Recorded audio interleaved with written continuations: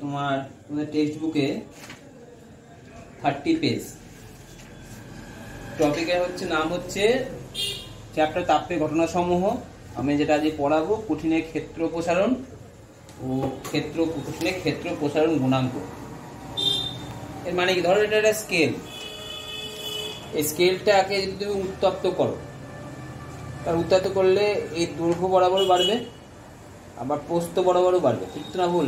বাড়বে তো, অর্থাৎ দৈর্ঘ্য গুণ প্রস্থ গুণ করলে ক্ষেত্রফলে বাড়ে, বৃদ্ধি পেল, সেটাই হচ্ছে তার ক্ষেত্র প্রসারণ। বুঝতে পারলাম? আর ক্ষেত্র প্রসারণ গুণাঙ্ক কাকে বলা হয়? প্রতি 1 ডিগ্রির জন্য বাড়াবো আমি, তার জন্য প্রতি একক ক্ষেত্রে, এই ক্ষেত্রফলটা পুরো চিন্তা করো, তাকে ভাগ করো, একক ভাগে ভাগ করো, যেমন 1 বর্গ সেমি 1 বর্গ সেমি 1 বর্গ সেমি 1 বর্গ সেমি ভাগ করে নাও। তাহলে প্রতি 1 ডিগ্রি উষ্ণতা বৃদ্ধির জন্য প্রতি একক ক্ষেত্রে যে পরিমাণ ক্ষেত্রফল বৃদ্ধি পায় তাকে বলা হয় কঠিন পদার্থের ক্ষেত্র প্রসারণ গুণাঙ্ক। তাহলে ক্ষেত্র প্রসারণ গুণাঙ্ক যদি যেমন দৈর্ঘ্য প্রসারণ গুণাঙ্ক আলফা দ্বারা চিহ্নিত করা হয়, ক্ষেত্র প্রসারণ গুণাঙ্ক বিটা দ্বারা চিহ্নিত করা হয়। দৈর্ঘ্য প্রসারণ গুণাঙ্ক আলফা সমান কি ছিল? L2 minus L1 L1 T2 minus T1, যেখানে T2 greater than T1। Beta সমান কি লিখতে পারি? A2 minus A1 এরিয়া ক্ষেত্রফল, A2 minus A1 বাই বলো A1 into T1, যেখানে T2 greater than, বা সাইড S লিখতে পারো, S2 minus S1 লিখতে পারো। বুঝতে পারলাম? তাহলে আগের দিন শিখেছিলাম যে দৈর্ঘ্য প্রসারণ গুণাঙ্কের একক দৈর্ঘ্যের উপর নির্ভরশীল নয়। কেন বলেছিলাম? কারণ এটা কার একক? এটা দৈর্ঘ্যের একক, কেটে গেল, 1 উষ্ণতার একক হলো। তার মানে উষ্ণতার একক কি হয়? ডিগ্রি C -1 সিজিএস পদ্ধতিতে, বা ডিগ্রি F -1 লিখতে পারো, আর এসআই পদ্ধতিতে কেলভিন -1। ঠিক ক্ষেত্র প্রসারণ গুণাঙ্কেরও এক, সিজিএস পদ্ধতিতে কি একক হবে? ডিগ্রি C -1 আর ডিগ্রি F -1 কেলভিন -1। বুঝতে পারলাম? ঠিক একইভাবে মাত্রা শিখেছিলাম, এটার মাত্রা কেটে যায়, কেটে গেলে কার মাত্রা পড়ে থাকে? শুধু কার মাত্রা? উষ্ণতার মাত্রা কি যা প্রকাশ করা হয়? 1/θ। তার মানে লিখেছিলাম কি? θ -1। ঠিক ক্ষেত্র প্রসারণ গুণাঙ্কের একক কি হয়? θ -1 হয়। বুঝতে পারলাম? তাহলে আগের দিন যেমন শিখেছিলাম দৈর্ঘ্য প্রসারণ গুণাঙ্কের ক্ষেত্রে যে আলফা সি আর আলফা এফ এর মধ্যে সম্পর্ক মনে আছে? আলফা এফ সমান লিখেছিলাম 5/9 আলফা সি। ঠিক এখানে বিটা এফ সমান 5/9 বিটা সি। এটা হচ্ছে ক্ষেত্র প্রসারণ গুণাঙ্কের তোমার ফারেনহাইট ও সেন্টিগ্রেড স্কেলের মধ্যে সম্পর্ক। এছাড়া আগের দিন বলেছিলাম যে তোমার আর একটা কথা, যে ফারেনহাইট স্কেলে এবং সেন্টিগ্রেড স্কেলে দৈর্ঘ্য প্রসারণ গুণাঙ্কের মান সমান হয় না, আবার ক্ষেত্র প্রসারণ গুণাঙ্কেরও সমান হয় না। কিন্তু কেলভিন স্কেলে কি হয়? সমান হয়। মানে তোমার এ যদি তোমার মানে আলফা সি সমান আলফা কে, মনে রাখবে? কি স্কেলে? কেলভিন স্কেলে। তাহলে এই ক্ষেত্রে বিটা সি সমান কি দাঁড়াবে? বিটা কে। ক্লিয়ার? কারণ তুমি জানো যে আমার 5 উষ্ণতা ফার্স্ট একটা চ্যাপ্টার পড়া ছিল, সেকেন্ড চ্যাপ্টার গ্যাসের আচরণে, সেখানে বলেছিলাম যদি উষ্ণতা 5 কেলভিন বাড়ানো হয় সেন্টিগ্রেড স্কেলে, সেটা 5 ডিগ্রি সেন্টিগ্রেড বৃদ্ধি পায়। কিন্তু 5 ডিগ্রি সেন্টিগ্রেড সমান কিন্তু 278 কেলভিন হয়, এটা মাথায় রাখতে হবে। তাহলে 5 ডিগ্রি সেন্টিগ্রেড বাড়াচ্ছি মানে 5 কেলভিন উষ্ণতা বাড়াচ্ছি, একই ব্যাপার। ক্লিয়ার? তাই না? সেন্টিগ্রেড স্কেলে আর কেলভিন স্কেলে মান একই হয়, কিন্তু ফারেনহাইট স্কেলে কিন্তু আলাদা হয়। ক্ষেত্র প্রসারণ গুণাঙ্ক সম্বন্ধে আমি একটা সাধারণ আইডিয়া দিলাম, তোমাদের বইয়ে যেটুকু দেওয়া আছে সেই অনুযায়ী। এছাড়াও কঠিন পদার্থের দৈর্ঘ্য প্রসারণ গুণাঙ্ক তিনটে বিষয়ের উপর নির্ভর ছিল। মনে হয় কি কি নির্ভর? 1 নম্বর পয়েন্ট কি বলেছিলাম? উপাদান। তাহলে এরও তাই ক্ষেত্র প্রসারণ গুণাঙ্ক 1 নম্বর হচ্ছে উপাদান, মানে কোন উপাদান দ্বারা তৈরি। যখন কে কে স্থির? যখন প্রাথমিক দৈর্ঘ্য আর উষ্ণতা স্থির। ভেরি গুড, প্রাথমিক দৈর্ঘ্য উষ্ণতা স্থির। নাম্বার 2 প্রাথমিক দৈর্ঘ্য মানে L1। তাহলে এখানেও তাই 2 নম্বর কার উপর নির্ভর করে? S1। S1 এর সঙ্গে কি সমানুপাতিক প্রাথমিক ক্ষেত্র কি ছিল? নাম্বার 3 উষ্ণতার পরিবর্তন T2 - T1 সমানুপাতিক, তাই তো? এই ক্ষেত্রেও তাই T2 - T1। বুঝতে পারলে? তাহলে আমার তিনটে বিষয়ের উপর নির্ভর করলো। এক, পদার্থটির উপাদান, পদার্থটির প্রাথমিক ক্ষেত্রফল, আর পদার্থটির উষ্ণতা বৃদ্ধি। ক্লিয়ার? তাহলে আমি শিখালাম কি যে এই কথা জিনিস মাথায় রাখতে হবে। বিটা সি সমান বিটা কে, বিটা এক্স সমান 5/9 বিটা সি, মাত্রা থিটা -1, সিজেস পদে degree C degree F -1, degree R Kelvin -1, ক্ষেত্র প্রসারণ গুণাঙ্কের একক ক্ষেত্রফল, অর্থাৎ ক্ষেত্রফলের উপর নির্ভর করে না, উষ্ণতার উপর নির্ভরশীল, আর মাত্রা নির্ণয় এবং তার ক্ষেত্র প্রসারণ গুণাঙ্কের রাশিমালা নির্ণয়। আগের দিনটার মতোই কি লিখবে সেক্ষেত্রে? ধরি T1 উষ্ণতায় কোনো একটি ক্ষেত্রে, কোনো কঠিন পদার্থের ক্ষেত্রে ক্ষেত্র প্রসারণ ক্ষেত্রফল ছিল S1, উষ্ণতা T1 থেকে T ডিগ্রি সেদিকে বৃদ্ধি করা হলো, ক্ষেত্রফল এখন হলো কত?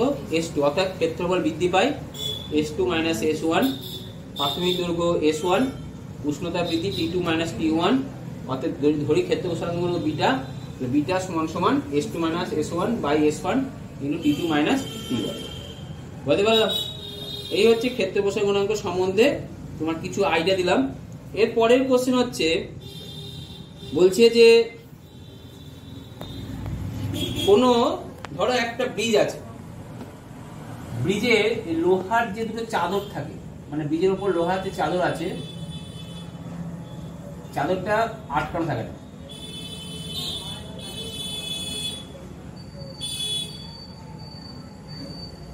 এরকম ধরনের মধ্যে একটা কি থাকে?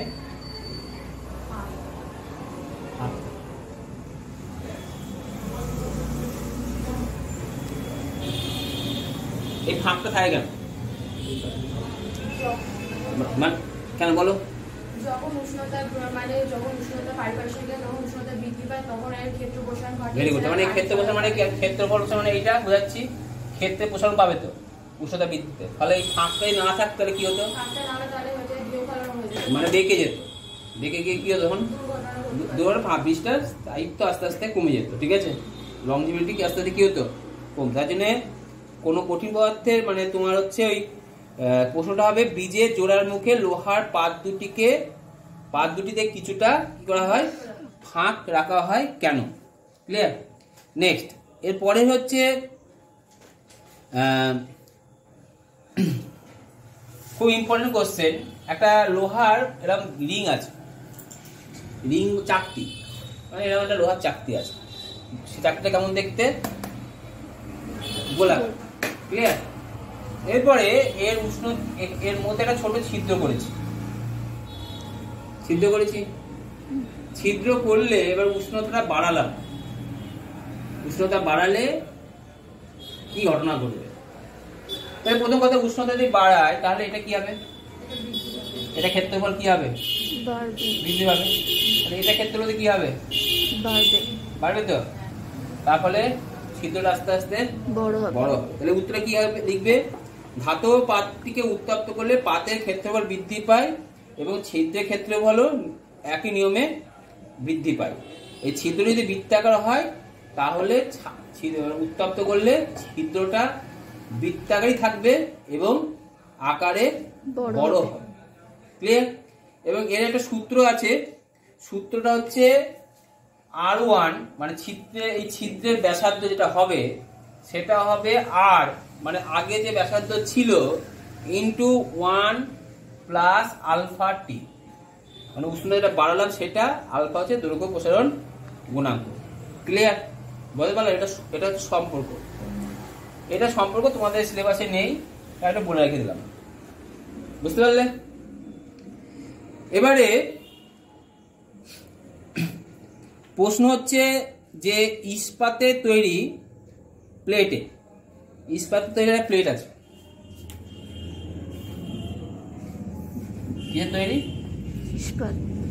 ইস্পাতের তৈরি একটা প্লেট আছে।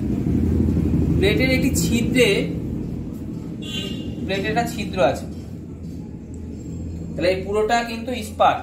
এই প্লেটের ছিদ্রে আমি একটা কি করলাম, একটা পিতলের চাকতি দৃঢ়ভাবে বসিয়ে দিলাম, মানে আটকে দিলাম, ছাঁটিয়ে দিলাম। মানে তুমি আগের দিন রিবেট সে মনে আছে না, দ্বিধাও পাতে রিবেট করা মনে আছে, সেই রিবেট আটকে দিলাম। চাকতিটিকে ছিদ্র থেকে খোলার জন্য কি করতে হবে? আচ্ছা, এবার দেখ প্রশ্ন হচ্ছে যে তাহলে আমাকে আগে জানতে হবে যে ক্ষেত্র প্রসারণ গুণাঙ্ক আর দৈর্ঘ্য প্রসারণ গুণাঙ্কের সম্পর্ক আছে। ক্ষেত্র প্রসারণ গুণাঙ্ক যদি আলফা হয়, দৈর্ঘ্য প্রসারণ গুণাঙ্ক সম্পর্ক আলফা সমান সমান বিটা বাই 2, অর্থাৎ বিটা সমান সমান 2 আলফা। মানে ক্ষেত্র প্রসারণ গুণাঙ্কের মান দৈর্ঘ্য প্রসারণ গুণাঙ্কের দ্বিগুণ। ক্লিয়ার? তাই উষ্ণতা যদি হ্রাস বা বৃদ্ধিতে পিতলের ক্ষেত্রফল ইস্পাত অপেক্ষা বেশি কমে বা বাড়ে। কি বললাম? কাকে উত্তপ্ত করব? একই উষ্ণতা যদি বাড়ায় কাকে বাড়াবো? পিতলকে দিলাম, ইস্পাতকে দিলাম, মানে দুটোকে একসাথে উত্তপ্ত করলাম। তাহলে দেখা যাবে যে উষ্ণতা যদি একই হ্রাস, উষ্ণতা যদি কি করি, হ্রাস করি বা বৃদ্ধি করি, দুটো যে কোনো একটা যদি করি, তাহলে আমার পিতলের ক্ষেত্রফল ইস্পাত অপেক্ষা বেশি কমে বা বাড়ে। এর মানে কি? যদি উষ্ণতা বাড়িয়ে দিই কি হবে? তাহলে ইস্পাত বাড়ছে নিজের মতো করে, পিতলও বাড়বে নিজের মতো করে। তাহলে পিতল আর ইস্পাতের মধ্যে কোনো সময়ের জন্য গ্যাপ তো হবেই না, বরঞ্চ উষ্ণতা বাড়ালে পিতল ইস্পাতের সঙ্গে আরো দৃঢ়ভাবে আটকে যাবে। কেন? ইস্পাত যে পরিমাণে বাড়ছে পিতল তার তুলনায় বেশি বাড়ছে, কিন্তু পিতল তো আটকানোর ভিতরে, পিতল তো বাড়তে বেশি বাড়বে? বেশি বাড়বে না। বেশি না পারলে কি হবে? তখন ইস্পাতের গায়ে দৃঢ় হবে আটকে। কখন? উষ্ণতা বৃদ্ধি পাচ্ছে। এবারে উষ্ণতা ঠান্ডা করি, এবার উষ্ণতা ঠান্ডা করি, তাহলে কি হবে? ইস্পাতও কমবে, পিতলও কমবে। কিন্তু আমি লিখেছি পিতলের ক্ষেত্রফল ইস্পাত অপেক্ষা বেশি কমে বাড়ে, তাহলে ইস্পাত পিতলটা বেশি কমবে। তার মানে বেশি কমবে মানে তাড়াতাড়ি সংকুচিত হবে। ছবিটা কেমন দাঁড়াবে? তাহলে এ ছিল এতখানি, এবার বেশি তাড়াতাড়ি সংকুচিত হবে। ইস্পাত কিন্তু এতখানি সংকুচিত হয়ে এই জায়গায় আসতে পারবে না, ফলে পিতলের চাকতিটা টুক করে নিচে পড়ে যাবে। বলতে পারলাম প্রশ্নের অ্যান্সারটা? ভালো কোশ্চেন।